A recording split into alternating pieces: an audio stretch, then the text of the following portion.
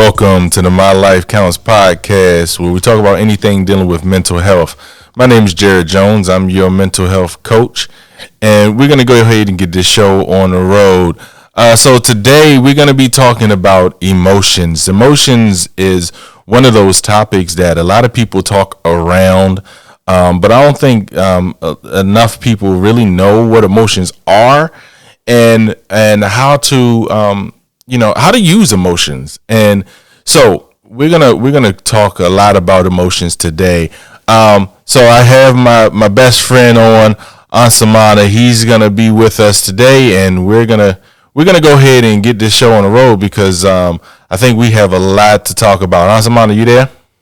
Yes, sir. Yes, sir. How's everybody doing today? Awesome. I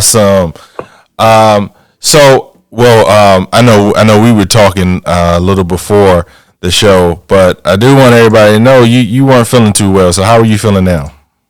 I am doing a lot better than I was. Yes, I've been under the weather, especially last show, but doing what I need to do to make sure that this little thing passes. No, not little thing, it's COVID, but I'm staying hydrated, staying rested, got my vitamins and my medications in me, and as long as I feel better than yesterday, I'm doing pretty good, and I feel better than yesterday, so I'm happy about that. You know, I think this is one thing that has been missing from the whole COVID conversation is our overall health. You know, I know some people have talked about it, and it's good because we need to be talking about it. But I think, you know, unfortunately, for the last 2 years, we've only been talking about COVID. And when you only talk about COVID, then you're not talking about any of the other things that keep you healthy. Mm-hmm. And so, so I'm glad you're doing well and you're feeling better. So yeah. I appreciate it, brother. Thank you. Absolutely. All right. So yeah, we brought this topic up, and then we kind of breached this topic in the last show where we were talking about emotions and I think specifically we were talking about like happiness, and yes. But so I wanted to open up with the question about emotions, and are emotions good or bad or indifferent? And let's start there. How do you feel about feelings, about emotions? Oh, well, it depends on the emotion. Emotions, they're definitely a good thing. I mean, they're a human condition, a human response to what's going on around us, to our interactions, to our relationships, to how we feel about ourselves, to how we feel about others. It's almost just like the body's either I want to say instinctive or maybe not even instinctive, just on the spot response to how something's making you feel, how someone's making you feel, and those are good things to have emotions because everybody wants to have the pleasure emotion, of course, or have the good times emotion, or I'm feeling great emotion. And we forget that there's also another side of that, which are the negative emotions and the frustrating emotions and the confusion emotions. And those don't feel good. The negative emotions and, of course, the positive emotions feel good. They are very, very necessary. And they're necessary because they let us as human beings know where we are at in a situation, where we are at with somebody. How we're feeling about ourselves, how we're feeling about other people, and how we're going to respond to them. And the biggest thing about emotions, especially in this day and age, is I think that a lot of people are confused about how to handle emotions and what to do with their emotions. Absolutely. They can be so strong, so severe on both sides, the negative side or the positive side. And the society we live in is almost fueled by emotions leading the way. It's almost like there's this stigma that says, act on how you feel. If you're feeling bad, act like you're feeling bad. If you're sad, act like you're feeling sad. If you're happy, act like you're feeling happy. And there is a problem with that because it's very, very easy to get caught up into acting off your emotions. And that is where the danger comes in with emotions. It's almost like an act first, think second type of situation that most people go through in life. Mm-hmm. And the reason for this is because we have not been taught, we have not been conditioned to be disciplined with our emotions. It's almost like we are whatever emotion comes out first, or how we're feeling in that moment is how we're going to react. And we forget that emotions, feelings are just temporary. They're just temporary. They change on and off all day long throughout your life. And when we key in on a particular emotion or a particular feeling and we act off that without taking the time to say, whoa, why do I feel this way? Have I felt this way before? Mm-hmm. Am I putting myself in situations that make me feel this way? Or am I around people or places or things that are making me feel this way? And that's kind of where emotional maturity plays a big part, which is what a lot of us are not doing. Right. Instead of being responsive to our emotions, we're reactive to our emotions. And that's the danger right there. There's the great thing about emotions is being able to respond to them because they tell us a lot about ourselves. It's almost like a self-inventory of how we feel and why we feel that way. But the danger, like I was saying, comes in and saying, you know what? Because I feel this way, I'm going to act on it this way. And that is very, very dangerous. And there's a big push, I should say, in society right now that it's okay to just act how you feel instead of thinking about how you feel and delving into the whys and the hows of your feelings. And that's where I think we need to start with, especially myself and a lot of people, is starting to practice some emotional maturity, starting to sit on our thoughts and sit on our feelings and take the time to develop, some type of thought process into why these feelings are happening, why these are occurring. And I'll get back into to coping with them, and which is what most people do, in a little bit. But that's pretty much the basis of how we as human beings right now in this society deal with our emotions right now. Yeah, and I think one of the reasons why people say things like, act like you're mad or whatever, is because the first thing is that we don't understand emotions. Like we don't understand what they are there for. And I'm glad you said, what you said about, when I asked you, are they good or are they bad? And it's just a matter of evaluating them. Of course, some feel better than others, but you have to evaluate them. I always teach, like, there's a 3-part process. There's your thought, there's the emotion, and then there's a response. And the problem is that we have married all three together. Especially once you become an adult, the thought, the emotion, and the response happens so fast that you don't even realize that the process is going on. It's almost a split. Right. It's a split-second process. And I use this analogy to show the difference, because since we're just focusing on emotion, let's do this. When somebody says, like you said, act how you feel, right? Right. Well, different people have different responses and can have the same feeling. So let me give you an example. You take 3 men out in the woods, right? And they're hiking or whatever, and then they come across a grizzly bear. Okay. Now, all 3 men are sitting there and they see the grizzly bear gets mad and is coming towards them. What emotion do you think all of them are having? Well, they're having some sort of sense of fear, right? If they're intelligent, right? So they're having a sense of fear. Now, what the thing is, you got 3 of them, okay? Now, you're gonna have one. he gonna pick up a stick, pick up the biggest stick he can find, and see what he could do, and that's the fight response. Okay, now you have another one, and he gonna book it. He turning, he gone, he blah, blah, blah, right. That's your flight response. Yep. And then you got another one who's gonna sit there and pee in his pants and not know what to do and just freeze. Yep. Right, and that's your freeze response. So you got your fight, flight, freeze. Right. Now they're all feeling the same emotion. So how do you say act like you're afraid, act like you're fearful? Well, all of them are, but they have different responses.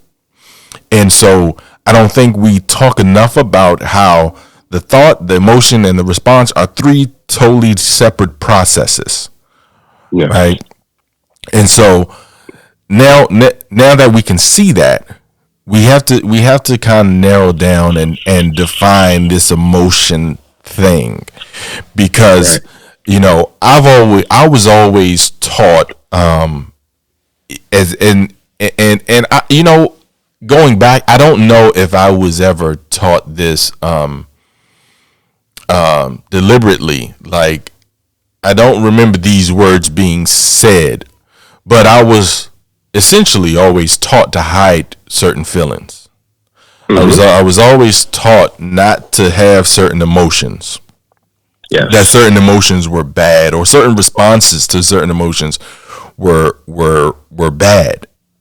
And yes. And I think we now live in a society where certain emotions are bad, and people feel like some emotions are good, some emotions are bad.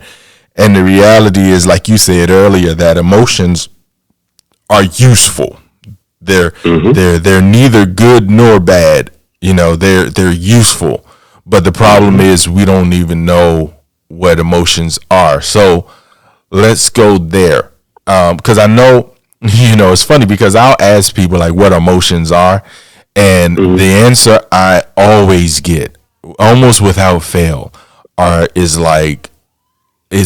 emotions are anger and happiness and sadness and things like that.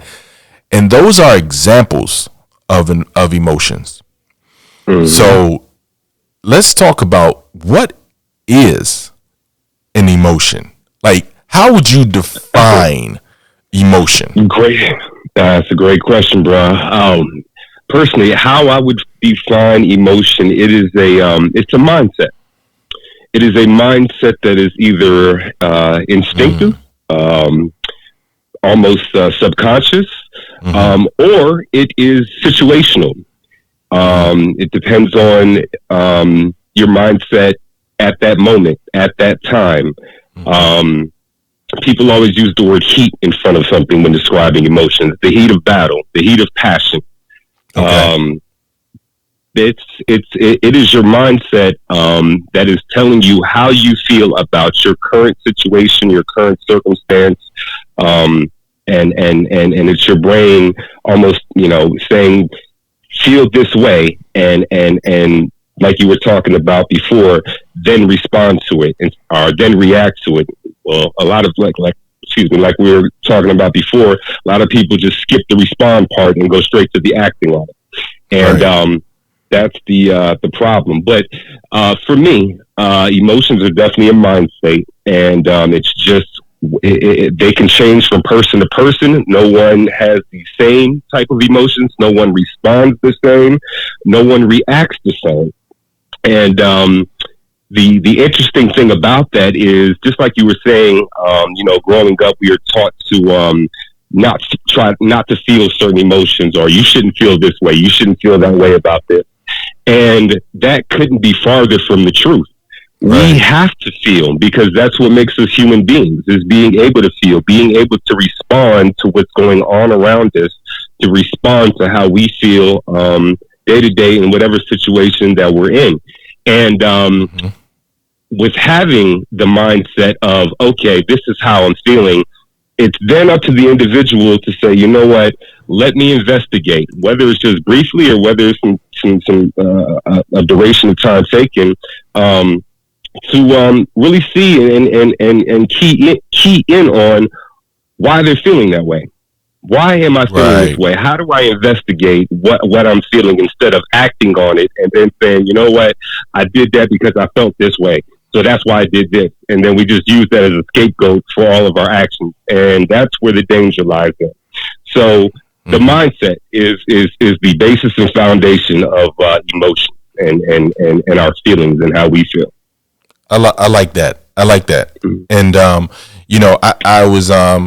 I was looking because I've always not always, but I've been teaching on this for a little bit, and it's funny because you have like these definitions, right? Mhm. Like the definition of an emotion is a natural instinct, a state of mind, right? Mhm. Deriving from one's circumstances, mood, or relationships with others. The secondary definition is instinctive or intuitive feeling, as distinguished from reasoning or knowledge. And so you have these definitions, these kind of textbook definitions of what emotions are, and they really don't tell you, in my opinion, like what emotion is. Like it's a state of mind. Okay, all right. Well, here's another question. Maybe this is another way we can answer this. Mhm. What's the purpose? Why do we have emotions? Because you said earlier that we need to Mhm. evaluate them and pay attention to them, right? They're neither good nor bad. So why do we have them? That's another great question. I would say that the purpose of emotions are just to pretty much identify um, why we feel the way that we feel. It's it's Mm-hmm. it's it's almost like trying to figure out um, trying to figure out why we think about what we think about, why we feel the way we Mm-hmm. feel about things. Yeah. Why do things change how we feel about things, and how do these things change it? Do they change it because we're around different people? Do they change it because we're saying different things, doing different things, or why exactly do these feelings come and go? Mm-hmm. And as they come and go, what are things that contribute to them changing? Um, for instance, I think I shared this in my last show. I'm a recovering addict and a recovering alcoholic. Right. And for 21 years, I used alcohol and drugs to um, give me a temporary relief, which was a fallacy in itself. But in Right. my mindset was that if I take this drug or I take this drink, that I'm temporarily out of pain. I'm temporarily out of feeling the negative thoughts that I feel about myself. Because the problem with Right. emotions on the negative side is just like you said, the fear factor. Anytime that we're afraid, anytime that we're in pain, we think of nothing else in the world except to get out of fear and to get out of pain. Mm-hmm. Everything else goes away at that moment in time. And when you are being reactive to your feelings, that's why we have so many addicts and alcoholics today, is because we want that instant gratification of release. Okay, Mm-hmm. I know if I drink this is going to make me stop thinking and stop feeling as bad about myself as I do, or take all the negative things that are weighing in on me out of my mindset for right now. So that's what I'm going to do. Again, Right. that's a reactive state versus a responsive state. So the purpose of the emotions are to tell us, hey, listen, let's investigate why you're feeling this way so that you can either learn or you can change what's making you feel negative so that you can get back into a positive vibe. It's almost like Right. keeping yourself balanced, if that makes sense. Right. Hey, we're feeling kind of bad right now. Let's do something to push us up so that we can get back on cue. Hey, we're feeling really, really up right now. Okay, cool. I like being up right now. But as we start to come down, what can I do to make me get back to cue, get back to balance? And I think that that's the biggest purpose of emotion. Absolutely. Absolutely. I couldn't Yeah. agree more. Like emotions, and so this is a good way to get to the definition, because Yeah. if we can say, okay, well, what is it for? Now we can kind of start to narrow down a definition for emotions in general. Because Mhm. okay, so So, all right. So here we are. We got an emotion, and you're feeling fear, right? We're in the woods, and we got the grizzly bear, and we're feeling fear. Now, what the emotion does, because remember what I said before, and we're not going to talk a lot about the process, but there is a thought and there is an emotion and a response in that order, right? You have a thought, emotion, response.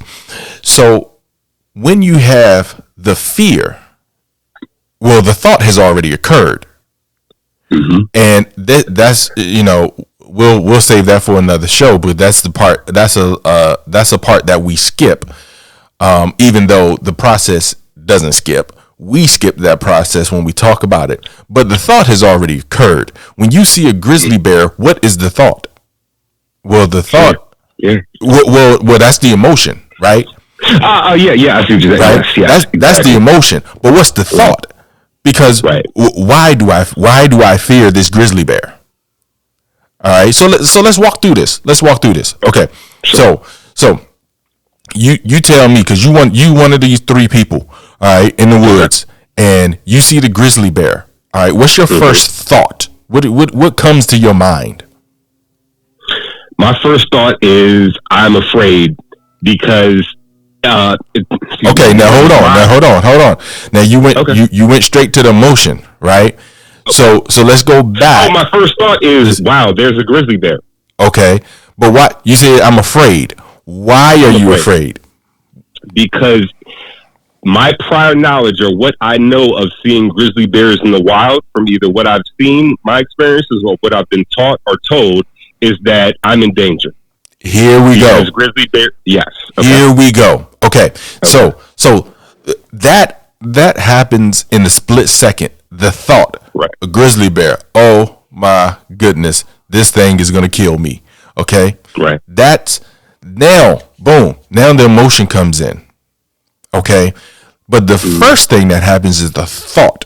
Even if it's split second, when you look, a thought comes in. Oh snap. That's a grizzly bear. They kill people. Okay, I'm in trouble.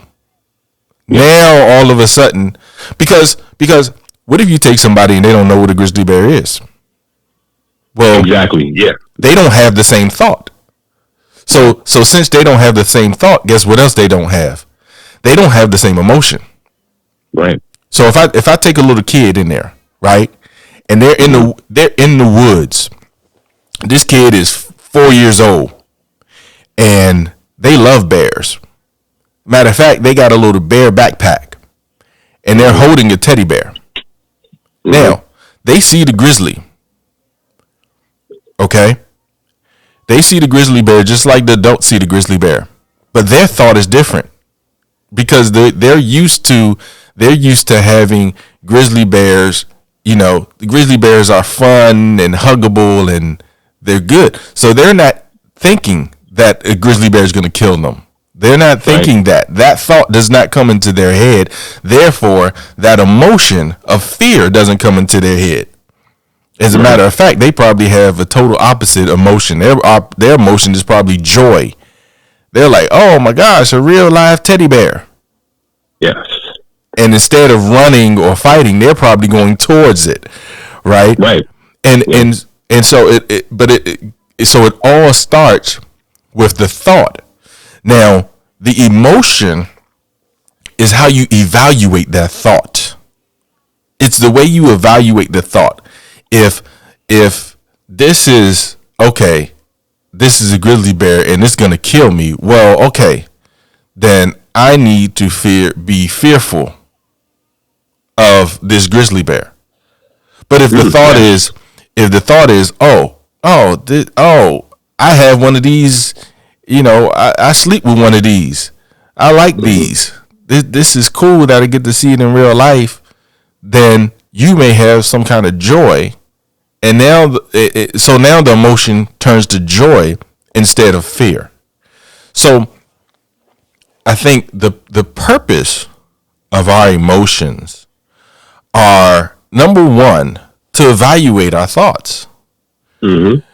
And number two, I think our emotions are taking us somewhere. And the problem is kind of what you said earlier, like we don't pay attention to our emotions. And this is a problem because now if you don't pay attention to what it's evaluating, then it's hard for you to get to where you're trying to go. Yes.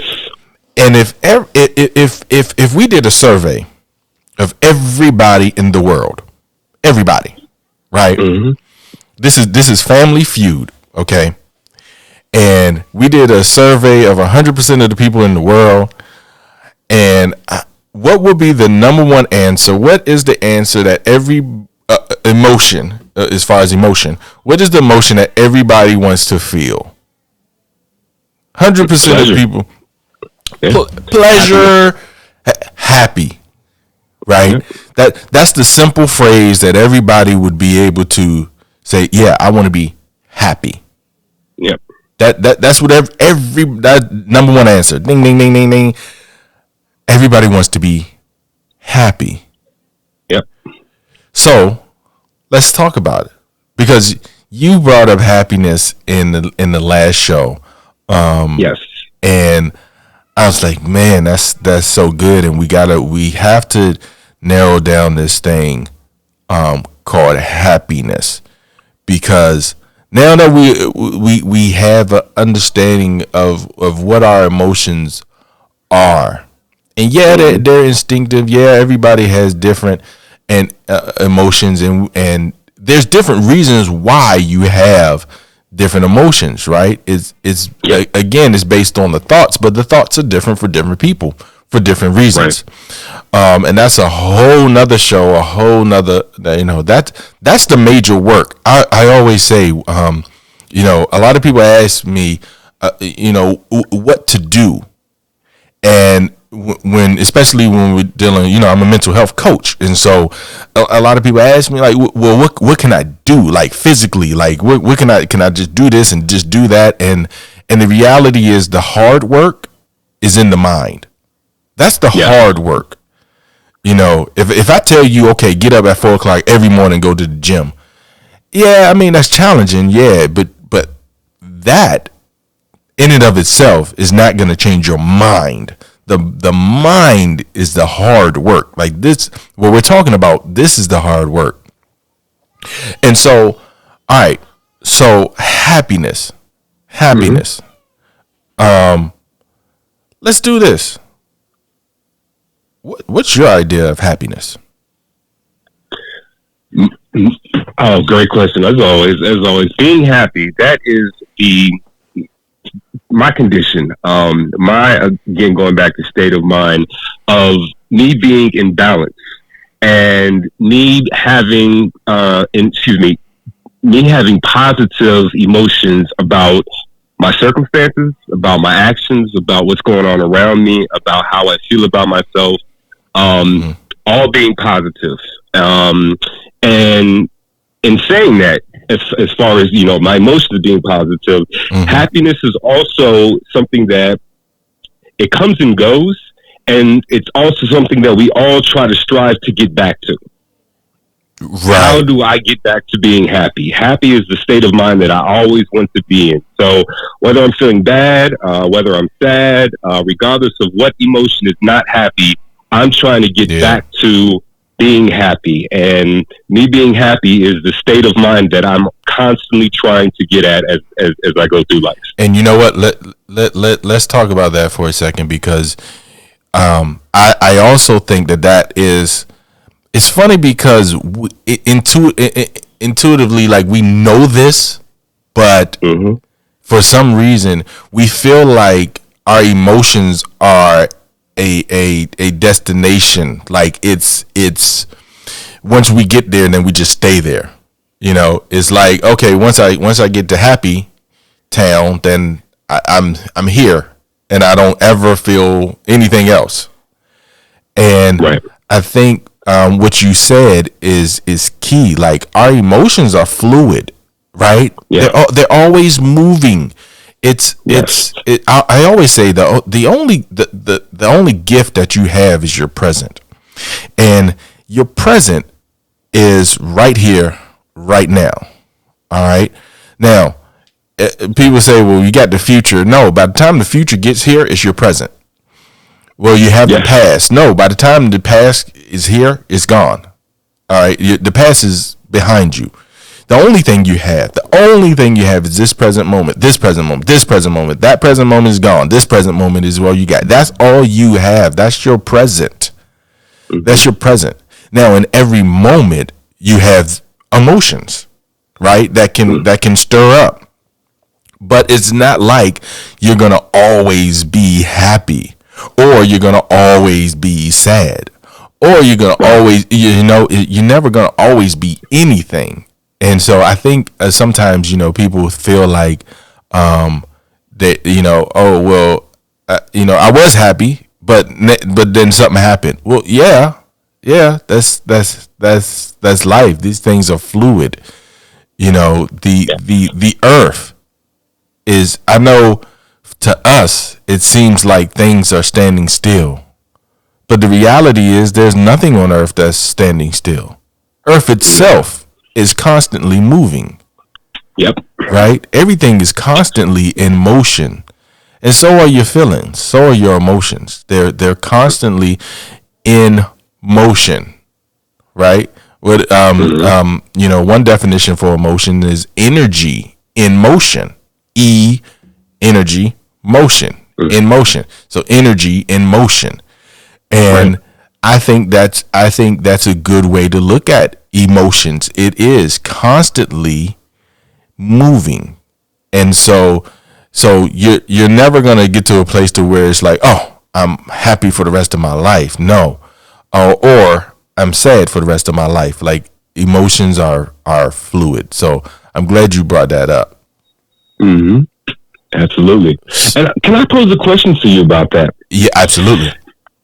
It's very interesting. I think you hit the nail on the head with that. And the thing that I kind of wanted to throw out there about emotions and them being so fluid is just how they can change in an instant to an instant to an instant to an instant. Exactly. And the reason that I keep using the word emotional maturity, emotional understanding and awareness, I think is so key, is that we have skipped exactly what you said, evaluating the emotion, because the emotion can change so quickly.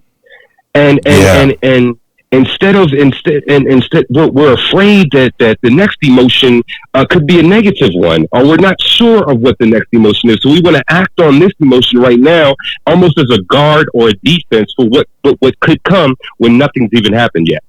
Right. Because we haven't taken the time to evaluate.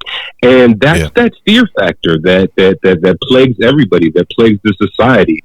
That fear factor is very, very, very strong, especially in your conscience. And nobody wants to be in fear. Nobody wants to live in fear. Nobody wants to be in pain. Nobody wants to live in pain. So because we're afraid that emotion could be pain or could be fear, and we don't want to evaluate that. We want to skip that and get past it. And you know what? Let me just act right now, and hopefully everything will be good from this. And that right there is actually the worst thing that you can do, because you already don't know what's coming, and now you're hoping for the best, but you haven't evaluated anything. So that's where we really, really start to miss out on how to deal with emotions and how to use our emotions for benefit, and not to use emotions against us. So I guess my question is, how do people start to become better at being balanced as far as evaluating and before responding or reacting, and not being afraid of what could be, and instead of just dealing with it? You know what I mean? Instead of running from, it's almost like when people say, we're running from our demons, or masking our demons, or hiding our demons. Well, how do we face those? And how do we change our mindset of being afraid to face, and then saying, you know what, this is necessary for me to face? Yeah. Great question.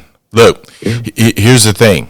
I keep bringing this up because this is key. It's a 3-part process. All right. And when you get stuck on the emotion, and granted, we're talking about the emotion, but you have to be able to go past the emotion backwards and evaluate the thought that brought up the emotion. Because a lot of times, sometimes the emotion, the emotion is triggered by the thought. Okay. Mm-hmm. And so sometimes the thought is off, and therefore your emotion is off. It's kind of like, why do you feel that way? Right. What? And then when you think about it, it's like, well, why should I feel this way? It's kind of like somebody who gets a lot of money, and then all of a sudden they feel sad, and it's like, hold on. You know how many people would love to be in your situation, win the lottery? Like you just won the lottery, and it's like, man, you know how many people would love to be in your situation? And it's like, well, yeah, I got all this money, but so why do I feel so bad? Well, it's because now you haven't evaluated the thought. Now you're looking at the emotion, yes, and that is key. But the emotions are true to your thoughts, but that doesn't make them necessarily true. So what I mean by that is that if you have the thought that, oh, I won the lottery, I could help a lot of people, and I could do a lot of good, and this is good, and you have good thoughts about it, well, then your emotion is going to be happy. Mm-hmm. Now, if you have the thought that more money, more problems, all these people are going to come out the woodwork. Now I got cousins I ain't never talked to, but now all of a sudden they care about me, and everybody, now it's like, oh, well, this money is a hassle. Now I feel bad that I even have it, right? So the emotion is true to the thought. So what I would do with somebody who's struggling with their emotions, number one, you got to validate the emotions, because emotions are. I know I just said they're not true, but they're true to the thought. So it's not the emotion that's off. So if it's not the emotion that's off, what is off? Well, the thought is off. And so we need to evaluate the thought. What am I thinking? What's going on with this process? Why do I think this way? And one of the things that what we have done, and I'm kind of going into the thought process a little bit, but I have to explain this a little bit in order to answer that question. Mm-hmm. One of the things that we've done, even as when we were kids, what we learned, one of the things that we picked up was our parents' thought process. This is why it's hard to rid poverty, get people out of poverty, because as a kid, if you're in poverty, then you're not only living in it, but you're also picking up the mindset of the people around you. So you're picking up their thought process. So once you pick up their thought process, then emotion kicks in. And once that emotion kicks in, you have a response. And as you get older, you maintain that same thought process. So that same thought process is the same thought process that kept them in poverty. So where is it going to keep you? Well, it's going to keep you in poverty. Mm-hmm. And if you, and then the emotion, well, you're comfortable here. You grew up here. As a matter of fact, as a kid, you thrived in this environment and you felt good. So sometimes in some way, this environment makes you happy. And so since this environment makes you happy, you're going to do everything you can to be in this environment. So I can give you $100 million and you're going to blow it, because what you really want to do is be happy, and happiness resides in this environment because of the thought that originated from the parents. So how do you address those emotions? How do you evaluate the emotions? First, you have to acknowledge that the emotion is there. How do I feel? And we don't take that time to we just snap, right? It's just like, bop, you did this, bop, and it's like, okay, well, how do you feel? Stop for a second and feel the emotion. Yep. Now, once you do that, now you can start to evaluate, okay, what do I think about this? And that's going to get you to the point to where now you can start to change. But you can't change just by saying, all right, well, I don't want to be angry anymore. Nah, you should be angry. Sometimes you should be angry, right? Somebody sitting in front of you and they cussing you out, and you sitting there and you feeling happy, like that's a little weird. Like you, Right. you know what I'm saying? Like you should feel disrespected. You should feel angry. You should have some kind of feeling. The people that I worry about are the people with no feelings. Oh yes, that's a dangerous place to be. You know, very dangerous. That's when you can, you know, become a murderer and mass murderer and kill somebody and eat fried chicken over their body, you know, and just like that's a hard place to get out of. And I do understand that place of numbness, but those are the people that I worry about. But if you're struggling with an emotion and how, well, that's I don't want to say it's easy, but we could deal with that. We could definitely deal with that. So to answer the question, first you have to be willing to feel the emotion, acknowledge it, and know that it is okay that you feel how you feel. Then we get to, okay, why do I feel this way? Let's evaluate the thought, because it is the thought. Make no mistakes about it. It's not the circumstance that brings on the situation, that brings on the emotion. It is the thought about the circumstance. It's the thought about it. I remember when I was young, you know, I used to go to funerals a lot as a kid. And I remember, you know, when I was younger, going to funerals. And you've been to a funeral, right? Absolutely. Yeah. And so everybody wears black. There's a lot of mourning, right? A lot of crying, a lot of tears and all that stuff, right? And at some point, I stopped going to funerals, and we started having these homegoing services. And the interesting thing about homegoing services is it's the exact same thing. The only difference is the thought behind it. See, a funeral focuses on what you lost. So the thought is about what we lost. We lost a great person today. You know, we lost, you know, this person is no longer with us, and we lost this and we lost that. But the homegoing service focuses on what you gained while the person was there and where the person is now. So they're in a better place. You know, they brought in 2-3 kids to this world. You know, they brought happiness here. You know, they brought these memories. And so the focus is on the memory of the person. And the atmosphere is totally different. And the emotions that are in the place are totally different, because the thought is totally different. The thought is not about what we lost. The thought is about what we gained while the person is here. So the emotions are different. If the thought is about loss, then you're going to have sadness and you're going to have negative emotions, because the thought is about what we lost. And so I would do that. I would say, okay, number one, don't be afraid to acknowledge your emotions, because they are important. They are there for a reason, and they're telling you something. But number two, we're going to need to get to the point to where we can evaluate our thoughts.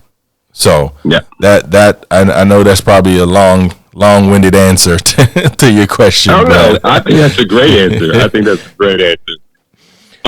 Let me kind of piggyback off that. Okay, yeah. The interesting thing about you know, you used the funeral as far as emotions go.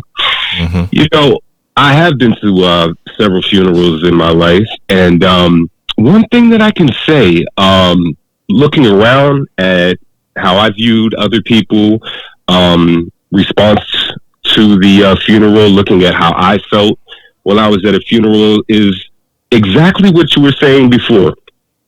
We all have this emotion that we think, whether society says it or whether we say it peer to peer, person to person, that okay, somebody died, everybody should feel sad. We call it what, a state of mourning, right? Well, the thing about it is exactly what you said. We all have different perspectives on a loss. Yeah. Now, for instance, a loss could be totally different from one person as it is to another. One person may have disliked this person to the point they are happy that this person is gone. Right. Another person may have loved this person so much that they are so sad that this person is not with them anymore. Then you have, let's say, a third person that has this loss and it says, you know what? They're in a better place, like you just said. And I'm just glad I was one of the lucky people that knew this person and was a part of this person's life. Right. So now we have three different people, all have this, all have an emotion, but are all responding to it differently and reacting to it differently, all based off perspective. So exactly. when it comes down to evaluating or analyzing our thought, it also kind of goes hand in hand with what our perception is as far as the person or the situation or the loss, since we're talking about loss. Exactly. And because we all perceive, loss differently or have different emotions to that loss, it's very, very interesting at a funeral that you have all these people and they say, okay, well, here at this, at the funeral, we're all going to mourn and we're all going to feel sad. And then we're going to go to the repast and then we're going to get together and we're going to celebrate this people. But nobody there is still in the same emotion. Nobody there it has the same perception of how to be. Okay, I'll give you an example for me. I remember, growing up when I would be at certain funerals and then I would look around and you would see somebody crying because they're just genuinely sad and upset. And then you would see somebody next to them that would just be kind of looking like, okay, I don't know what to do. Should I be crying or right. should I put on a front, or because right now I'm not that upset. And I've actually seen people trying to force themselves to cry. And I'm sitting there like, what are you doing? You know what I mean? But at the same time, it's just because we don't understand how to evaluate, like you said, the thought and how to respond to that thought instead of react to that thought, because we're so conditioned right now that how I look or how people perceiving how I'm dealing with this emotion matters instead of my emotion mattering to me, and that being that. Right.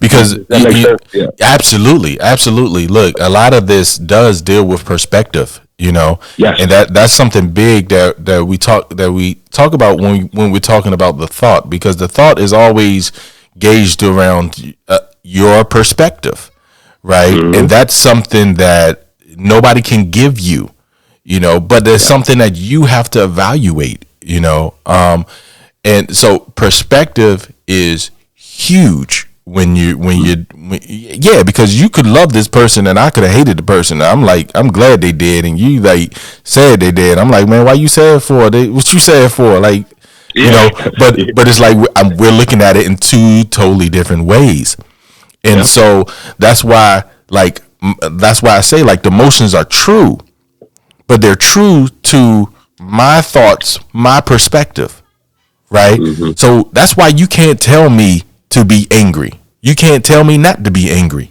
You don't know what my thoughts are. You don't know my perspective.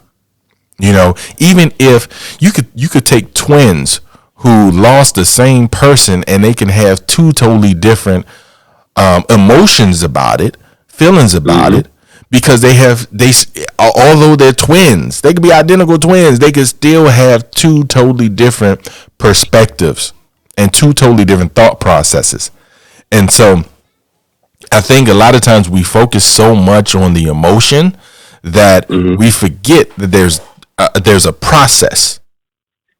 We forget that there's a process, and the thought is a part of that process. And so we do need to evaluate the emotion.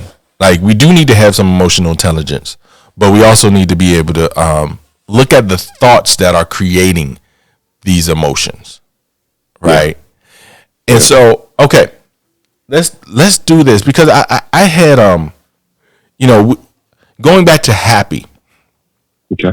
I wanted to talk about happiness and what it is, because I'm gonna be honest with you. Like, I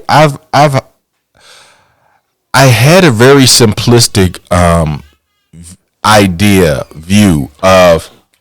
view of what happiness is.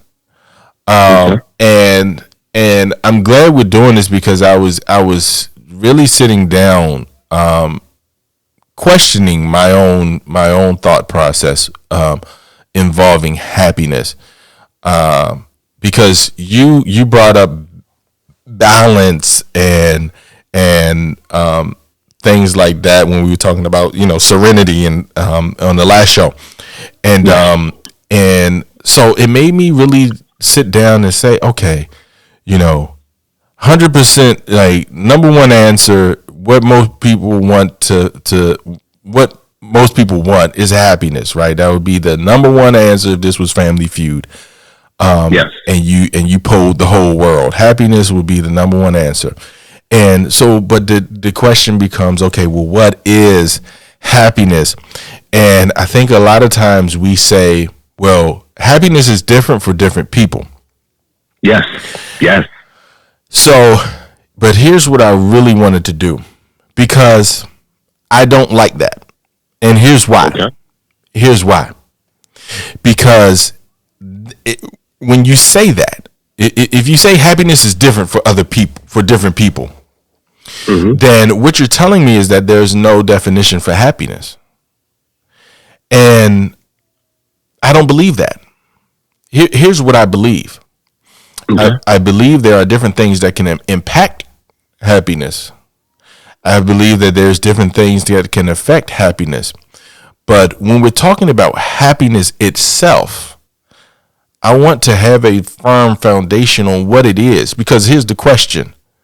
How do you even know if you're happy in that? How do you know?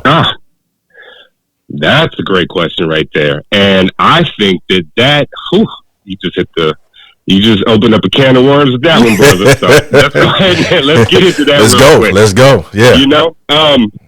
I think that is one of the biggest tricks and battles that humans, the society we live in right now is, man. Okay, where do I begin with this? So as far as happiness, we have been triggered and tricked into thinking that material things give us happiness. Right. Our feelings of pleasure give us happiness. Don't get me wrong. If I had a Bentley GT, I probably would be. Exactly. Yeah. And then you were just hitting the nail, or excuse me, you were just making a point saying, if somebody wins the lottery, they get all this money, and they're like, why am I not happy? Right.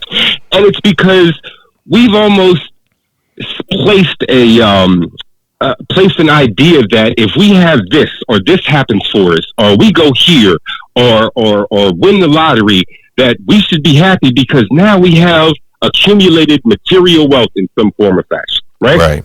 Right. And we don't understand why we're empty, and why this material wealth, or this abundance of material, has not filled that void of emptiness, and most of the time has spread the emptiness and made that void even bigger in ourselves. And that's exactly what you said, is because we define happiness as an emotion, as a feeling. And I like that the way that you said, that's tough, or excuse me, that you can't really put a definition of happiness with that mindset. And because happiness is almost conditional. It's a state of mind that individual wants to be in. Now, how they view happiness, what makes them happy is different from person to person. Some people are happy in pain. You know what? Pain. You know what? So yes, I said on one of shows before that. So sometimes it feels good to feel bad. Yeah. And some people do. You're right. Like some people, and I don't know if I would categorize it as happy, but and well, you know what? Keep going because I have a definition of happy. So go ahead. Keep going. So I'll give you an example. Let's take somebody that works out, right? Yeah. And just like you were saying, 4:00 in the morning, they get up, they start going to the gym every day. Yeah. And the reason that they're going to the gym is because their mindset or whomever has told them, hey, if you do this, you're going to get this result. In 3 months, you're going to look like this. Or in 3 months, your health is going to be like this. Well, that person does that. And they're at the gym and they are rigorously training. They lifting every weight they can lift and putting it back down and running as far as they can on the treadmill. And they're in pain doing this. Mm-hmm. But they're happy about that pain because they feel their mindset is saying, man, you put all this pain, all this work that you're putting in is going to pay off. Right. And when they get those results, if they get those results, they're happy about those results. Mm-hmm. But everybody's body is different. And everybody, some people overwork their body and they don't even realize it. Some people aren't doing enough and they don't realize it. But that pain that they're in for that time is telling themselves, you know what, this is a good pain because of this pain, this result should be happening, or I hope this result's happening. Whether it comes or not, that's down the road. But at that present state of mind, you're happy to be in pain because you're thinking that there's going to be the result that you want to come from that. Right. But you see how that goes back to the thought. Because if you're in the gym and you are thinking, man, this sucks, I hate this, you're not going to be happy. Even if you are feeling the pain and you are, thinking that, okay, I'm doing, it's the thought that matters. Like if you're thinking, okay, I'm doing something good for my body, then you can feel happy even though you're sore. But if you're feeling like, man, this crap ain't working, this ain't gonna do nothing for me, then even if you start to see the results, the thought is gonna have to change before the emotion can change. The emotion has to catch up with the thought, and so if the thought is negative, well, then you're gonna have a negative emotion. You're gonna be like, man, why am I on this daggone treadmill running nowhere? Man, it's some bull, right? Because that's the thought, and you ain't gonna be happy. Whereas somebody else right beside you on the treadmill saying, you know what, I'm doing this for my health. Yeah, I'm getting stronger. I'm getting better. My health is getting better. Yeah, I'm glad. Yeah. Ooh, I'm sweating. I'm hurting, and this hurts, and I don't know if I can go anymore. But I'm glad and so again, it goes back to the thought. But I was looking at definitions for happiness, and they all suck. And so because they all involve kind of what you were saying, like external things, like and talking about like what things make you happy. But here's my thing, like, okay, before we talk about what makes you happy, what is happy? Like I said, like how do you even know if you're happy? Because you can't say that a car makes you happy. Okay, cool. Well, I'll give you a car. But it's what happens when you crash it? It's a 19 got gas for it. Right. But look, it's a 1981, Plymouth or something, and oh man, this like suck. But hold up. But you said the car makes you happy. So what are we talking about? Like we need to narrow down. Like okay, what is happy? And I think that in my opinion, happy is the same for everybody, but how you get there may differ. And here's what I mean by that. So I was looking at some different quotes, and I heard a quote from Will Smith that I actually liked. And he said that basically, he's gone through the world and whatever, and the one thing that he found consistent is that to him, happiness is being useful to others. Mm. And I thought, man, that's a really good definition. I like that. I like that. But then I started to think about it, and I said, no. That doesn't. It breaks down. And so I was trying to find a definition that does not break down. And that definition breaks down because here's the thing: you could be at an amusement park on a roller coaster ride, and you're not useful. You're just having fun. But are you happy? Yeah, you can be happy on an amusement, on a roller coaster, having fun, not being useful, just enjoying life. You're not really useful. And the funny thing is, the person who is useful, the person who pulling the lever and making sure everybody's safe in the roller coaster, they could be pissed off that they having to work, right? Yeah. And they're not happy. So I'm like, okay, I like what he said. I really do. But I don't know if that's an accurate definition of happiness. And so I came up with two definitions. I want to see what you think about it. Okay. So the first one is happiness is a state of being in which you can appreciate the present moment. Absolutely. Okay. And again, present moment. That means right now. That doesn't mean that tomorrow is going to stay. That doesn't mean in 5 minutes it's going to stay. It means your favorite guy, Job. Job in the Bible was having a good time, chilling, relaxing. Yes. And then people started coming in telling him all the things he started losing. Yes. And all the material things. And immediately, kids was in there too, but and immediately he goes from being happy, content to sad, depressed, right? And so it's not a like we said earlier, like it's fluid. All right, it's fluid. But here's another definition. All right, so you said that one feels good to you. Happiness is a state of being in which you can appreciate the present moment. What about this one? Okay. Happiness is the movement of emotions in a positive direction. What do you think about that?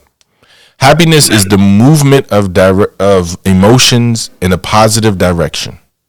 The movement of emotions in a positive direction. Okay. All right. Now, what makes the direction positive? That's a great question. That's a great question. So in one of my courses, I teach an emotional scale. Okay. And so, all right, I'll give you an example. Somebody does something to you. Okay. All right. And somebody does something to you, and you feel like a victim. You feel helpless. Okay. Now, that's in my opinion, that would be a very negative emotion. Okay. The helpless feeling is negative. Like, yes. Right. Okay. So now you get to the point to where you're enraged. Now, in my opinion, enraged is positive in comparison to victimhood, because victimhood is like, there's nothing I can do. It's like the bottom. Enraged is like, I'm pissed off, and then from there you almost go to revenge. Now, I'm not saying revenge is good.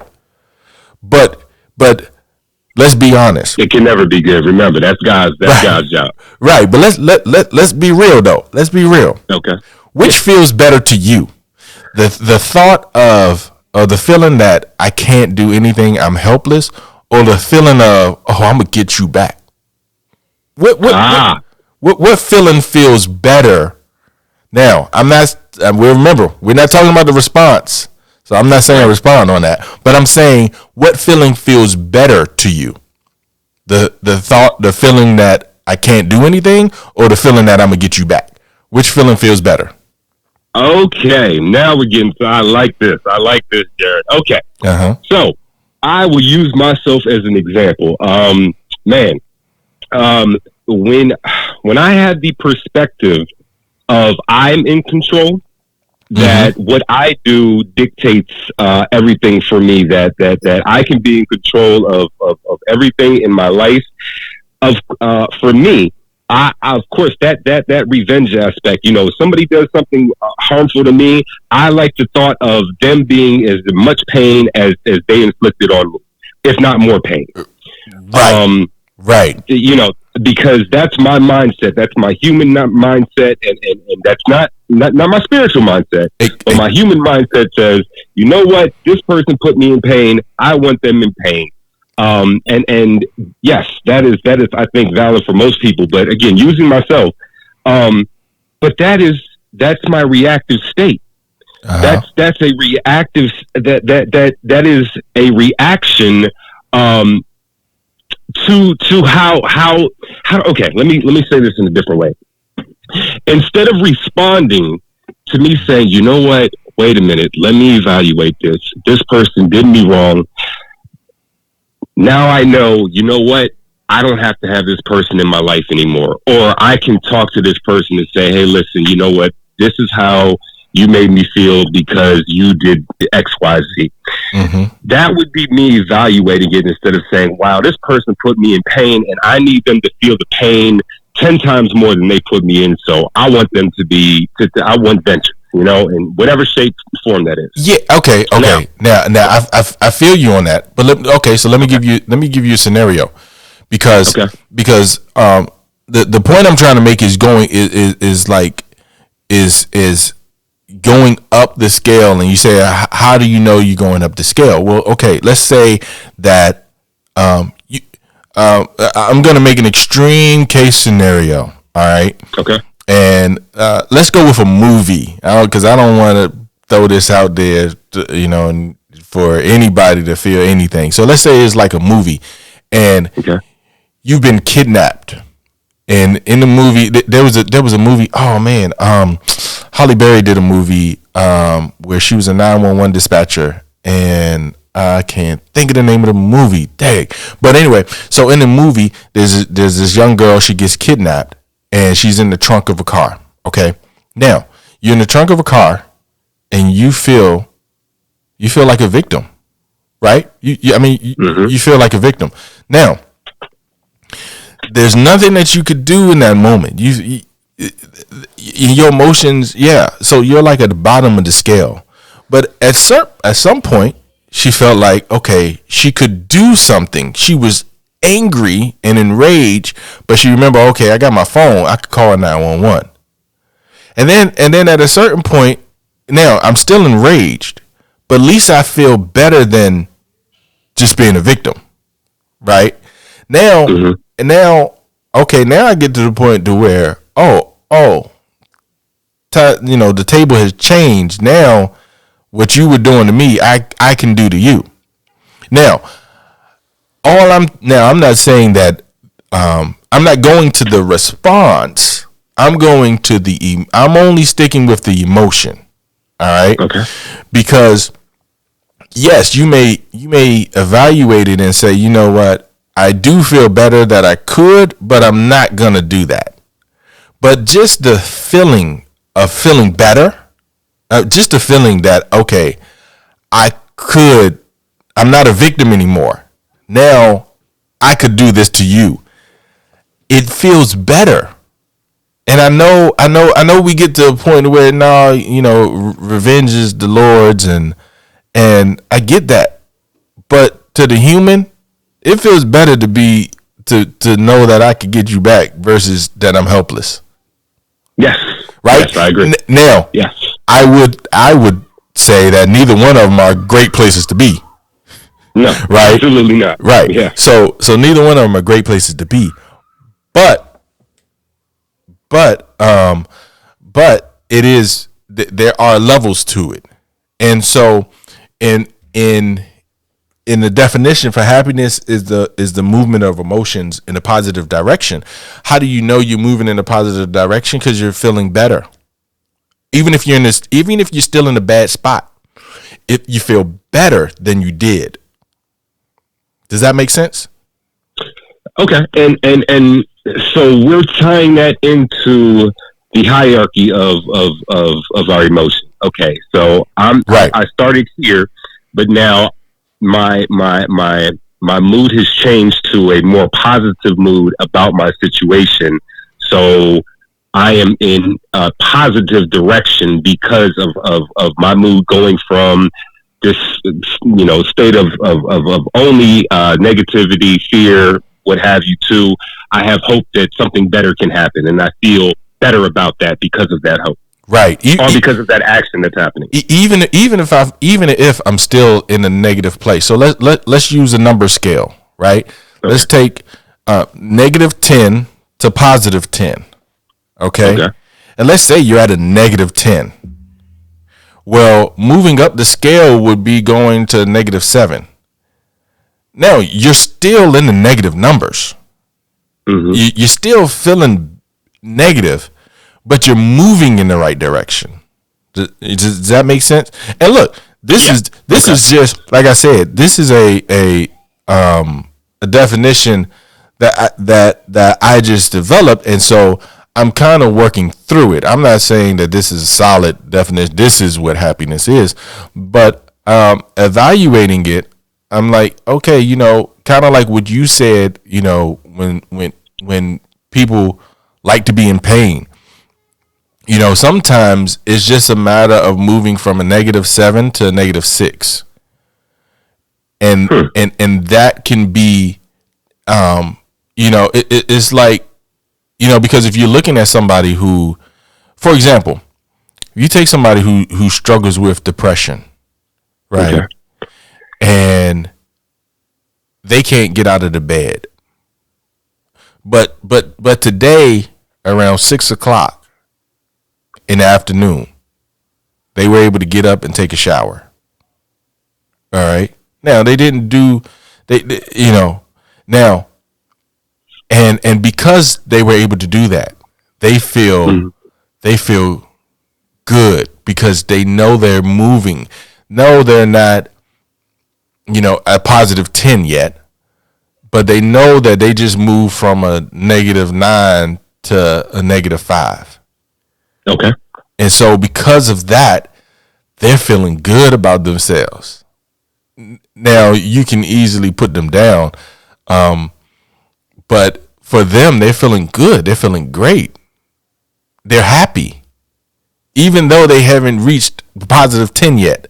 But they're happy because they're moving in the right direction. Does that make sense? Yes. It absolutely does. I guess my question that I'm just kind of tickling me in my head right now is just kind of, if we are, like you said, if that mindset, if we're moving in the right direction as far as how we feel, mm-hmm.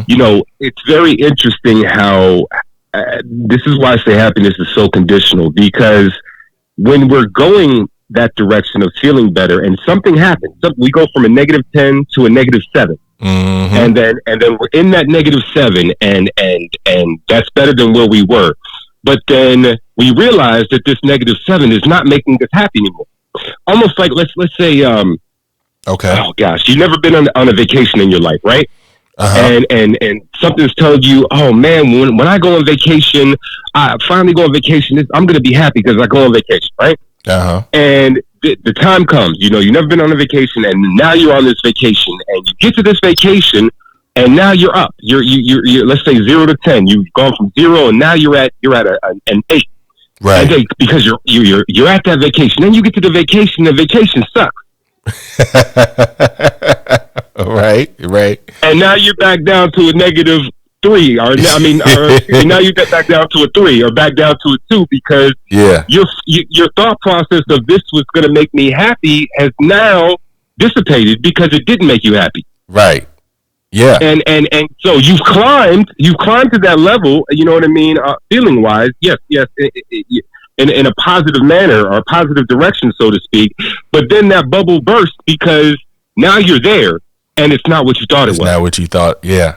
Yeah. That's the danger with the danger with emotions are not the peaks and valleys. The danger with the emotions are the severity of the peaks and valleys. Like we said, emotions are fluid, right? I mean, it's natural. You go. What's when you're going to a vacation, right? Now, I've had simple vacations, but maybe there's, maybe if I'm going to Dubai or something, and then that may change things. But if I'm going to a simple vacation, one of the best parts of the vacation is like going there. It's like a roller coaster, and it's like the anticipation of it just raises, and you could be on your way to the vacation and anticipating it and moving up the scale 7, 8, 9, right? But then when you get there, you may settle at an 8. Then you may have a 9 moment, may have a 10 moment. Then you may come back down to a 7 moment. Now that's not a problem. That's life. That's when most people want to see sunshine all the time. Yes. Right. Mm-hmm. And I met a couple people from California, and I'm in North Carolina. And they came over, and they were in a facility, and we were talking about, ebbs and flows and things like that. And they were like, where they were in California, they never had, they didn't really have seasons. So it was amazing seeing somebody's different perspective, because we were doing a group, and it was rainy and it was cloudy, and I was just getting the gauge on how everybody was feeling, and people weren't feeling too good because it's cloudy, and it's and you know how it feels when gray skies and it's rainy all day, and people just aren't in the greatest of moods. But this person was like, man, this is beautiful, because all they were used to was sunshine. And I think sometimes we forget that what makes those 10 moments are the 4, 5s, and 3 moments and the 2 moments. It's like you can never appreciate the sunshine if you always had it. Absolutely. You know what I'm saying? Well, let me ask you a question. Yeah. So in happiness, can there be ups and downs in happiness? Okay. In happiness, can there be ups and downs? In the state of happiness, can there be ups and downs? I don't think so. And here's why. Because I think happiness is for the present moment. And it's because so I don't see happiness as a long term. It's like right now, how do you feel? Happy. Okay, boom. Right now, how do you feel? Right now, how do you feel? Right now, how do you feel? It's not like, okay, today, how do you feel? Happiness shouldn't last all day. It's going to go up. It's going to go down. It's going to, so happiness itself, no, I don't think that there's ups and downs per se in happiness. Well, can I give you an example? And this is going to be an extreme. I always do extreme, yeah. Right. Let's say something that makes you happy. Okay. Let's say I don't know. You going to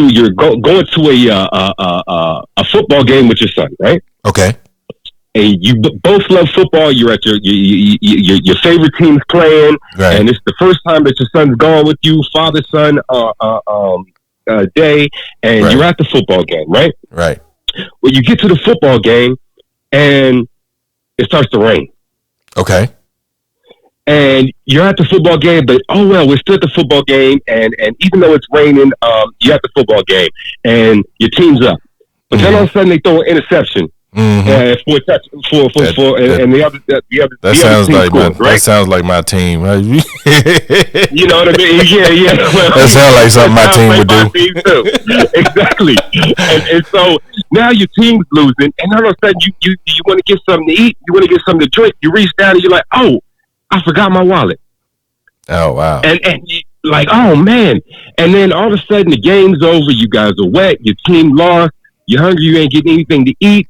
When you're leaving out the gate, you say, "Man, I'm so happy that my son finally got to go to the game." And your son's just ecstatic because he went to the game.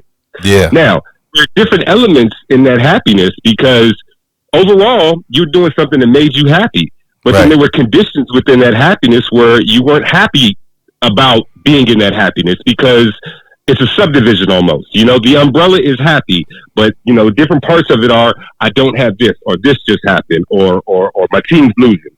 And that doesn't feel good. Yeah. But overall you're still happy.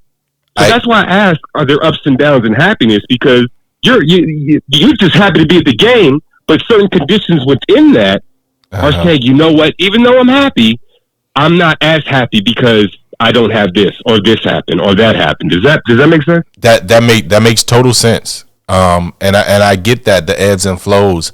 And here's what I would say, and we're gonna be wrapping up on this soon. But here's what I would say with that. The thing is, it depends on what I'm focusing on in that moment. Remember, it's a moment by moment case. So if I'm looking at the whole event and I'm trying to say, okay, that whole event is gonna make no, that whole event is not gonna make me happy. First off, nothing can make me happy. So that's number one. Number two is it's fluid. And so, yeah, I could be happy. I could be in the middle of the rain. They just threw an interception, and I could be looking at my son saying, "Man, this is a beautiful moment that I get to sit here with my son." Yes. In that moment, but again, it goes back to the thought. What am I thinking? I'm thinking it's a beautiful moment that I'm with. Then the next moment, these done throw a pick six. Oh my God! Yeah. But what am I thinking? I'm thinking my team sucks right now, right? And so it's ebbs and flows because it's a moment by moment basis. It's not a concrete destination that you reach and never leave. It's always moving. It's always fluid. It's kind of like your age. You are not the same age you was when we started the show.